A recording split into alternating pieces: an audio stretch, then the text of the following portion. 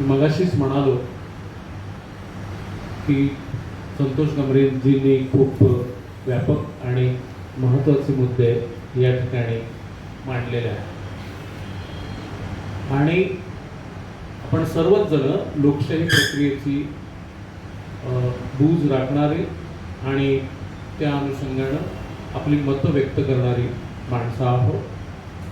आपली मतं पटतील किंवा नाही पटतील, पण आपण आपला जो विरोध असेल किंवा संवाद असेल किंवा सोबत असेल ती विचारांची असेल आणि त्याच्यामुळं मनभेद होणार नाही ही भूमिका आपण ठेवायला पाहिजे. पण खरंच असं वातावरण या प्रश्नाच्या अनुषंगानं मुंबई महापालिकेमध्ये आहे काय आज मितीला, तर त्याचं उत्तर नाही असंच आहे. एकंदर हा प्रश्न ज्या पातळीवरती चर्चा होणं अपेक्षित आहे तो आज तागायत झालेलाच नाही असं माझं म्हणणं.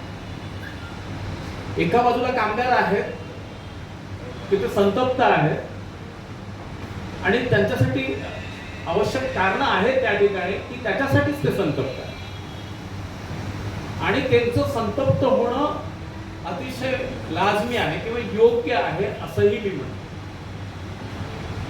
पण दुसऱ्या बाजूला कामगार संघटना आहेत आणि कामगार संघटनांचे नेते आहेत, त्यांनी घेतलेल्या भूमिका आहेत आणि आपल्याला सगळ्यांना असं वाटतं काय, म्हणजे मी गेल्या वर्षाचा थोडंसं बॅक ऑफ द माइंड जाऊन विचार केला तर असं लक्षात येतं की ज्या 5 संघटनांनी सह्या केल्या, 6 संघटनांनी माझ्या माहितीप्रमाणे, त्याच्यामध्ये 2 संघटना सोडून 4 संघटनांनी पत्र दिली. काय पत्र दिली की आम्हाला कळलं नाही आणि आम्ही त्या करारावर सह्या केल्या. आपला क्रेडिट कार्डचा पासवर्ड देतो का आपण कोणाला, सांगा ना मला. महापालिकेच्या इतिहासामध्ये ज्यांचा किमान 30 ते 35 वर्षाचा अनुभव आहे किंवा त्याहून जास्त अनुभव आहे, त्या संघटनेच्या नेत्यांनी, काही संघटनांना तर 50 वर्ष उलटून गेलेले आहेत, काही संघटना स्वातंत्र्यपूर्व काळातल्या आहेत, त्या संघटनांच्या नेत्यांनी चुकून सह्या केल्या या मताशीच मी सहमत नाही. त्यांनी ते न वाचता सह्या केल्या. कोण विश्वास ठेवणार आहे या मुद्द्यांवरती? ज्यांना म्हणजे तुम्हाला असं वाटतं की त्यांनी चुकून सह्या केल्या आणि म्हणून त्यांनी ते, मला असं वाटत नाही. मी या ज्यांची अशी मतं असतील त्यांच्या या मताशी मी सहमत नाही.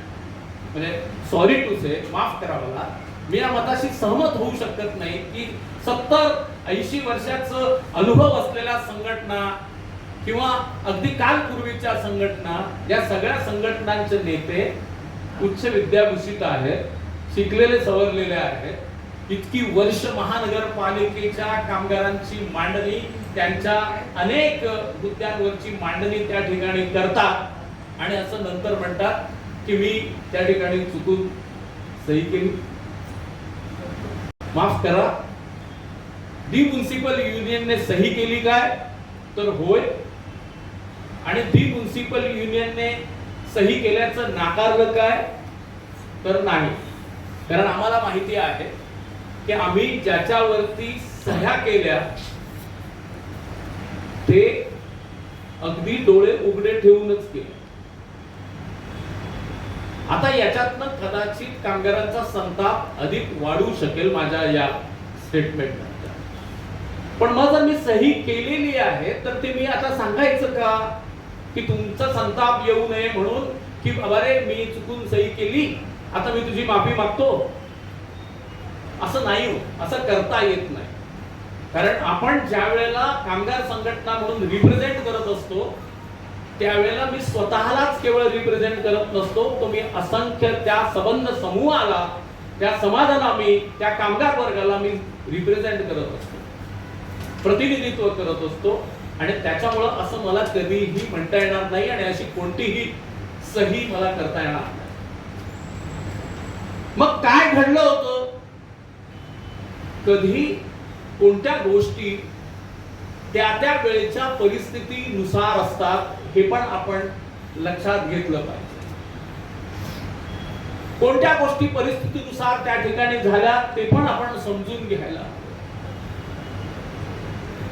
मला सांगा की मुंबई महानगरपालिकेच्या घनकचरा व्यवस्थापन विभागामध्ये मॅनिंग आणि मॉपिंग किती साली आलं?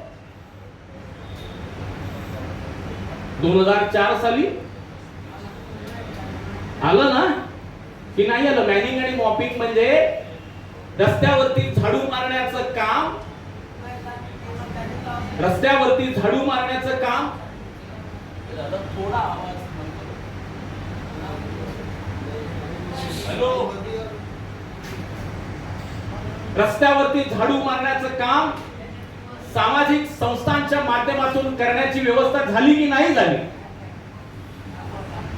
दत्तक वस्ती योजना काय होती, कधी आली?